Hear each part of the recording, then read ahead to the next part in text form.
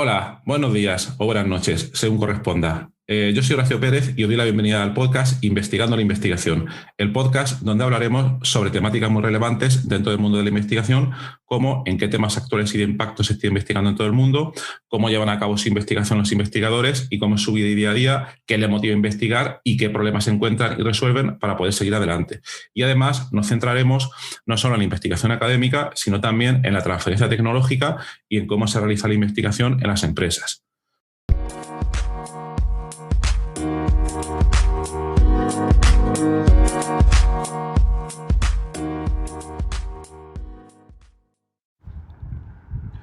Hoy es lunes 10 de enero de 2022 y voy a tratar de comentaros, siguiendo una de las ideas que quiero trabajar este año, que es contar mis proyectos en abierto, un sistema que he descubierto hace poco y que no conocía, obviamente, por eso lo he descubierto hace poco, y que permite trabajar con el volcado de ideas de una manera relativamente fácil, pero sobre todo lo que permite es encontrar nuevas asociaciones de ideas de una manera bastante práctica. Entonces voy a sintetizarlo de la manera más compacta posible. Primero os voy a presentar cuál es el problema. El problema es el siguiente: seguro que os habrá pasado y os sigue pasando, y a mí me sigue pasando, que tenéis información de muy diverso tipo, de muy diversos proyectos, de diferentes áreas de vuestra vida, el trabajo, temas personales, etcétera, en muy diversas aplicaciones o sistemas. Es decir, es posible que, por ejemplo, vuestras películas favoritas las tengáis en una aplicación de películas, vuestros documentos relativos al trabajo, pues que los tengáis en la aplicación Word, y que otras listas de tareas las tengáis, por ejemplo, en Things 3, y así al final tenéis un montón de aplicaciones diferentes, un montón de sitios donde tenéis localizada vuestra información, etcétera. Os conté en un episodio anterior que hay una nueva tendencia, que es la de utilizar aplicaciones consolidadas que te permiten de manera relativamente fácil pues tener un acceso rápido a todas estas fuentes de tanto tareas como información y de documentación. Bien, esto yo creo que va a ser una tendencia que va a ir creciendo bastante a lo largo de este año, y que es posible que surjan pues diversas nuevas aplicaciones, etcétera, en la línea de este Akiflow.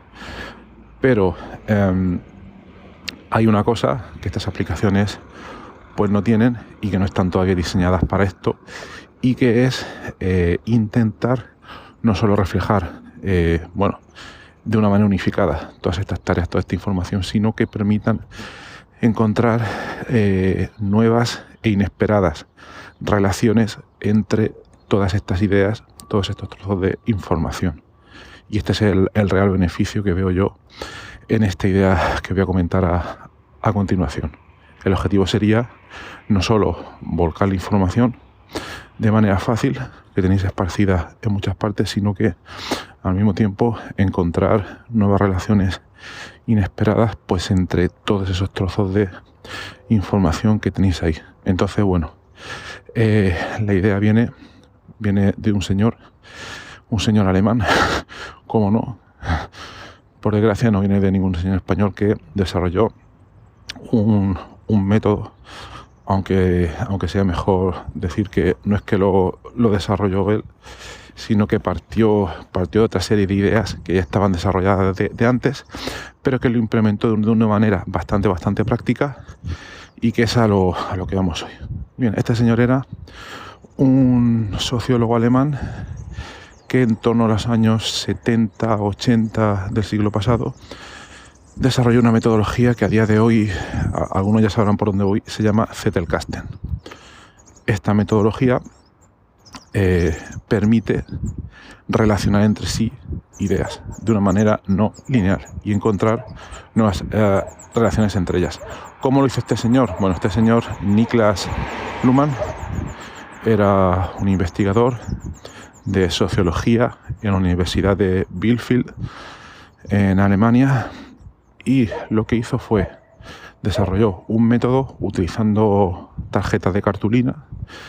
Entonces, este señor, a la hora de realizar sus investigaciones, pues lo que hacía era, de cada libro que leía, de cada revista, pues cada vez que encontraba una idea interesante, una idea, no nos vamos más lejos, lo que hacía es que inmediatamente tomaba una tarjeta de cartulina y entonces ahí anotaba, pues de la manera más compacta posible, porque no le daba más espacio la tarjeta, y esa es una de las ventajas también a veces, tener limitaciones de espacio para que no nos influya la ley de Parkinson, que la veremos en otro momento. Lo que hacía era apuntar ahí esa idea y la referencia bibliográfica a la fuente de dónde venía esa idea. Es decir, el detalle del libro, tal página, tal autor, etcétera, etcétera. Y ahí conformaba una tarjeta con esa idea. Luego continuaba con el mismo libro, otra idea, o con otro libro, otra idea, sí, hasta que tenía una serie de tarjetas. Hasta aquí, pues nada novedoso. Pero lo que hizo, que es aquí donde empieza la cosa a ponerse interesante, es que procuraba conectar todas esas ideas, todas esas tarjetas entre sí. ¿Y cómo lo hacía? Bueno, pues simplemente mediante un sistema de numeración que puede ser un poco complicado, no me voy a meter en detalle, pero la idea sí que es interesante. Entonces vamos a suponer que empieza desde cero y que digamos que tiene pues su primera tarjeta. Esta la numera como 1. Siguiente idea que tiene otra tarjeta. Si está relacionada con la primera, pues la pone a continuación y vamos a suponer que le pone un 2. Así hasta que va teniendo un montón de tarjetas y las que están relacionadas entre sí.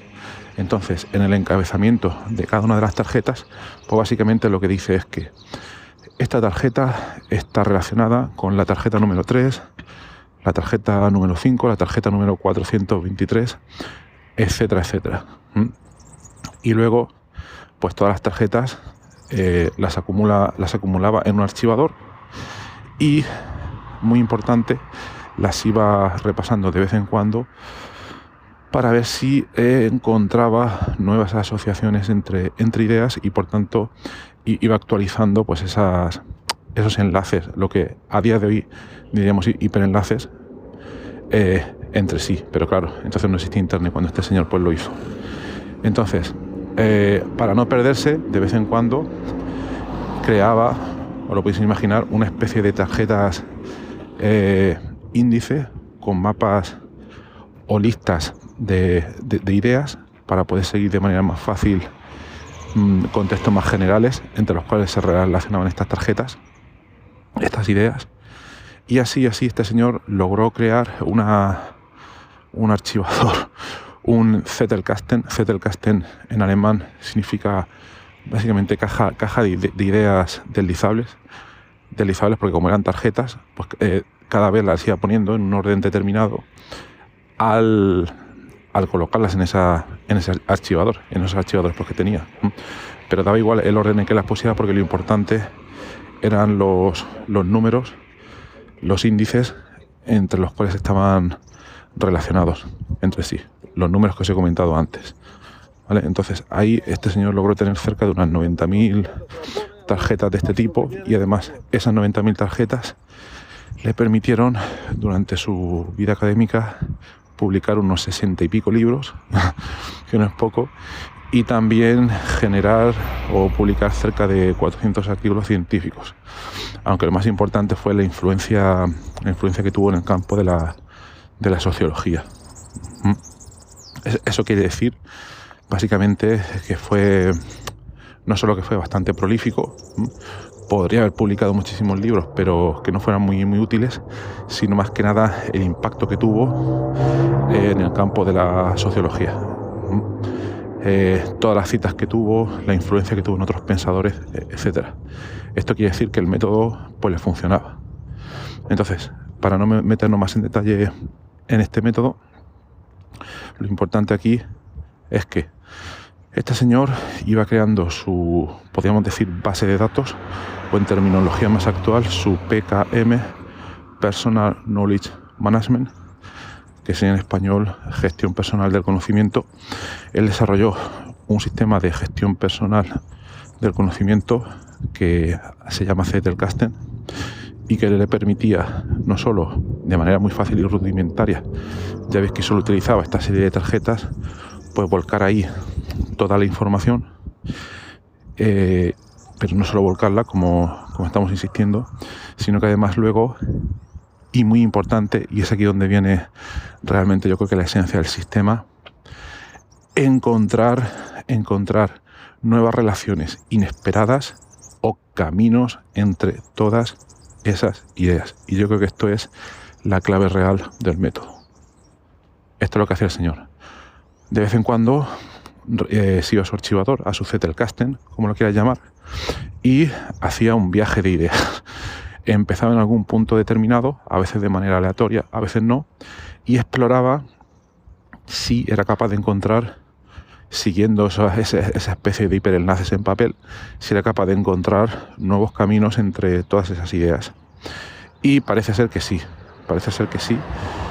que a partir de ahí, no de golpe, no sé exactamente cómo hacía el proceso, lo estoy estudiando o leyendo ahora mismo, era capaz de encontrar pues nuevos caminos esperados entre algunas ideas o conceptos que él ya pues había acumulado o dejado ahí. Y a partir de ahí pues generaba sus nuevos artículos, sus nuevos libros, etcétera, etcétera. Él lo que decía también, que es muy importante y que se comenta poco, es que todo lo que hago, lo hago con el menor esfuerzo posible. ¿Qué quiere decir esto? Que cuando él se ponía a revisar su Zettelkasten, él no se esforzaba para nada en encontrar esas nuevas relaciones entre ideas, sino que se ponía ahí y sin esfuerzo, si él veía que salía algo interesante, alguna cadena de ideas interesantes, algún argumento, alguna idea más grande, pues seguía hacia adelante. Y si no, no. Pero no es que se esforzara y dijera, hoy es que tengo que sacar de aquí una idea para un paper. No. Y esto es otro punto importante que favorece, yo creo que muchísimo, pues la exploración de ideas, el trabajo de investigación que él desarrolló y que le permitió, yo creo que llegar tan lejos, al forzarse solo en los caminos fáciles entre ideas fáciles para él, claro. Entonces, esta sería la idea básica del método Zettelkasten. 1. Volcar en unidades individuales información, cada una de esas ideas. Ese es el primer punto. El segundo era relacionarlos entre sí de manera continua. Ese sería el segundo punto. Luego veremos cómo se puede hacer. Y el tercer punto sería, de vez en cuando, pues zambullirse en ese mar de ideas, de notas, como lo quieras llamar, para ver si uno puede encontrar nuevas ideas. Entonces, como veis, es un método totalmente pues no lineal y que se diferencia muchísimo. Y aquí viene una de las importantes ventajas de otros métodos que conocemos. Por ejemplo, uno puede tener en su trabajo una gran cantidad de proyectos, cada uno de esos proyectos en una carpeta distinta, y quizás en cada una de esas carpetas un documento Word principal donde uno trabaja y tiene toda esa información, lo que quiere hacer en el proyecto, las tareas, etcétera. Pero el problema ahí es que esos son como compartimentos estancos, y esos documentos Word muchas veces nos será, o digamos, no nos resultará fácil encontrar relaciones entre ideas clave que tengamos en cada uno de esos documentos que están pues totalmente desconectados.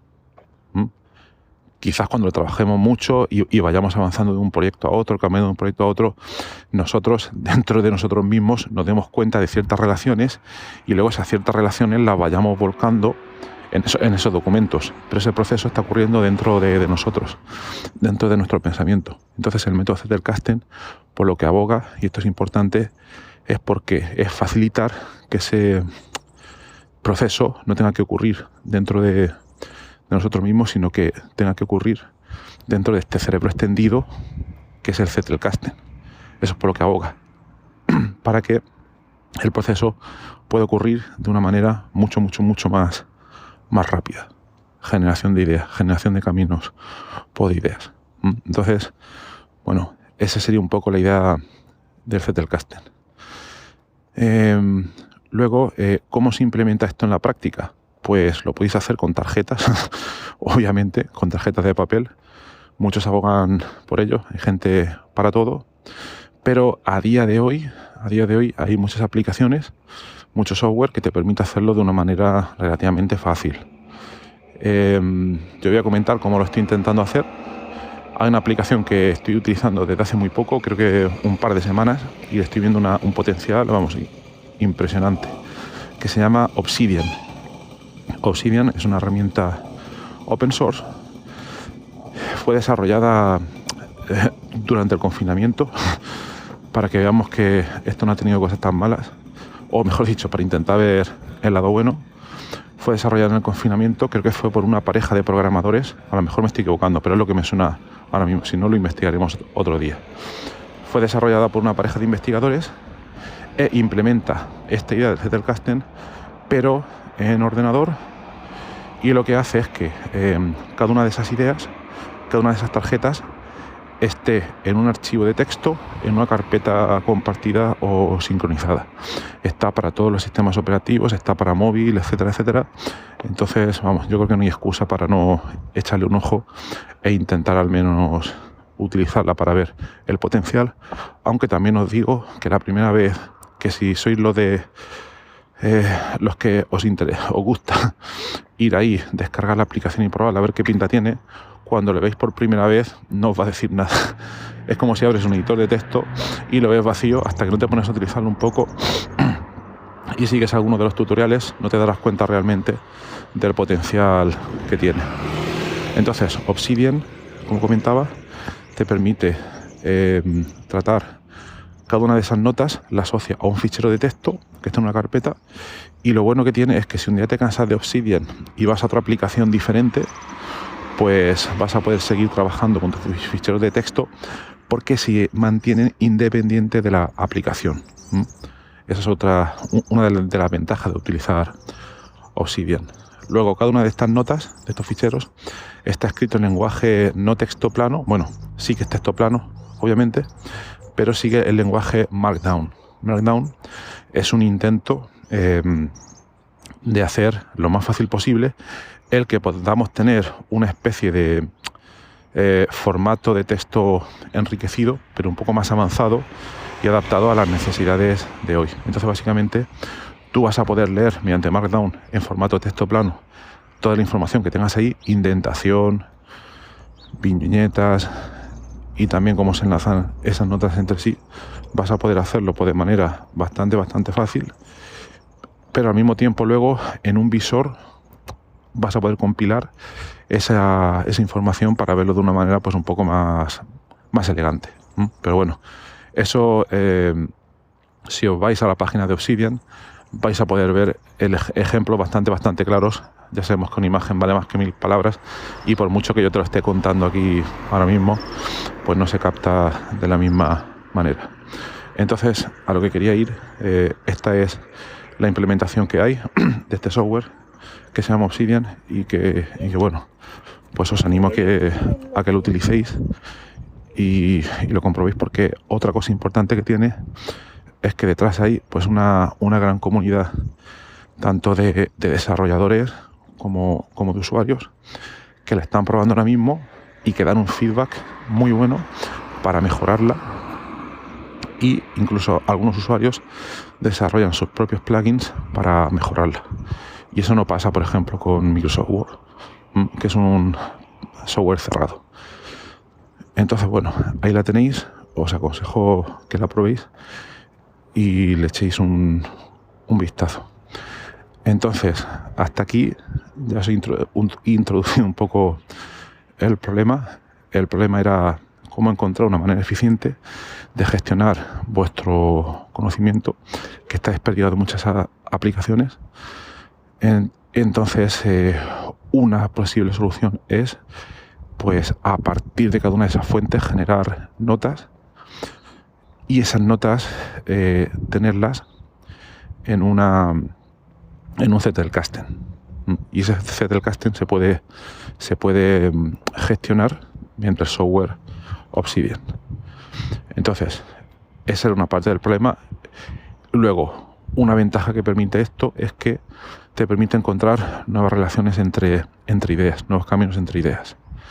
Y para poder hacer esto, pues lo que tienes que hacer es, primero, muy importante, esas ideas no se vuelcan de cualquier manera, sino que hay que aprender o practicar o desarrollar la habilidad de tomar notas, lo que se llama dentro de este campo, de este área, notas inteligentes.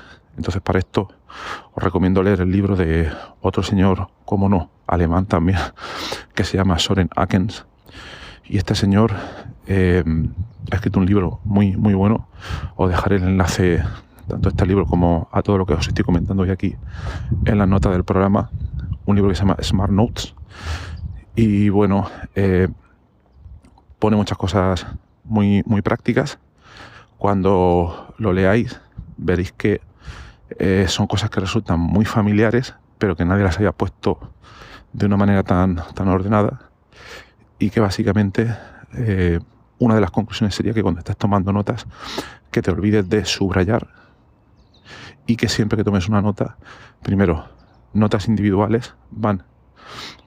ideas individuales de cada fuente de información de cada libro van en notas diferentes y que cada nota tenga un título con tus palabras, siempre tiene que ser con tus palabras, tienes que hacer el esfuerzo por darle un título con tu propio lenguaje, porque si lo pones con el mismo lenguaje o con formas que están en el libro, como no has hecho el intento de traducirlo a tu lenguaje interno, no se te va a quedar y luego no vas a saber lo que quería decir eso. Entonces es mejor que pongas un título, aunque sea aproximado, pero con tus propias palabras, que simplemente hacer un copiar y pegar. El copiar y pegar no te va a funcionar. Y luego, dentro de cada nota, que pongas, pues también con tus palabras, una descripción lo más compacta posible de la idea que te transmite esa parte del texto. Entonces así vas tomando todas las notas, cada nota es uno de esos ficheros en tu Zettelkasten, y muy importante, cada vez también que vayas añadiendo una de esas notas, que intentes conectarlas con todas las que están ahí, con todas las existentes. El cómo conectarlas es un poco complicado de explicar, pero Obsidian te permite hacerlo de una manera muy, muy, muy, muy fácil. Sobre todo, la curva de aprendizaje es un poco compleja, pero os aseguro que merece la pena. Y mediante atajos de teclado y mediante plugins es muy, muy fácil encontrar, cuando tú introduces una nota nueva en tu sistema, encontrar enlaces a otras que son previas. Se realiza fácil cuando ya conoces el sistema. Entonces ese sería el segundo elemento clave. Producir las notas de manera adecuada y siempre forzarnos a que cada vez que añadimos una no la dejemos ahí aislada, sino que intentemos encontrar relaciones con todas las que son ya existentes. También tiene una herramienta muy, muy útil, bueno, tiene muchas herramientas útiles, que son estos plugins, y hay una que es el visualizador de grafos, que te permite pues visualizar en un gráfico bidimensional cuántas notas tienes. Es una especie de, podéis imaginar, como si veréis un mapa geográfico, y entonces veis conexiones por carretera entre las diferentes ciudades. Entonces veréis que habrá ciudades principales, capitales, que están conectadas a muchas otras. Eso quiere decir que es una unidad principal, y luego quizás veis pues pueblos pequeños que están desconectados de todo. Entonces, si tú ves eso, pues en el mapa de ideas irás a las que están más desconectadas e intentarás ver si se pueden conectar a otras, y quizás al intentar encontrar esas asociaciones se te ocurran cosas que antes pues no habías pensado, y ya tengas pues una línea de razonamiento nueva, una línea nueva de argumentación que te permita hacer sucesivas exploraciones. Entonces, bueno, voy a dejarlo aquí. Os iré comentando en próximos episodios las cosas nuevas que voy aprendiendo sobre este método, pero eso, quiero terminar realmente aconsejando primero que exploréis la idea de sistemas de gestión personal del conocimiento, que no simplemente os limitéis a usar el Word. Esa sería la primera. Luego, dentro de estos sistemas hay muchas posibilidades. Una de ellas es Zettelkasten. Os recomiendo que exploréis Zettelkasten. Hay mucha información en internet. Y último, pues que esta implementación de Zettelkasten utilicéis Obsidian. No me pagan por ello. Os lo recomiendo muchísimo, ¿vale? Si queréis continuar la conversación, ya sabéis, en la nota del programa podéis mirar cómo podemos hacerlo. Nuestra comunidad en Discord, me escribís, lo que sea. Bueno, pues que empecéis bien la semana y que vaya muy bien este lunes. Hasta luego.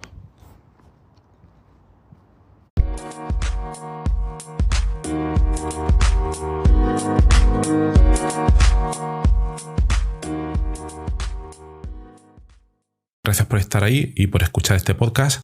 Os recuerdo que en la nota del episodio tenéis los detalles sobre muchas de las cosas que hemos hablado hoy y también un formulario donde si quieres puedes opinar sobre el podcast, para bien o para mal, como quieras, estás en todo tu derecho, y también sugerir si quieres un próximo entrevistado o tema que está relacionado con la investigación, claro, pues tu opinión me parece muy importante, tanto a mí como a toda la audiencia de este podcast que va creciendo y que va contando muchas cosas interesantes. También comentar que si te interesa alguna de las técnicas que hemos mencionado hoy de manera muy breve en el podcast, me puedes contactar directamente y te puedo dar más detalles.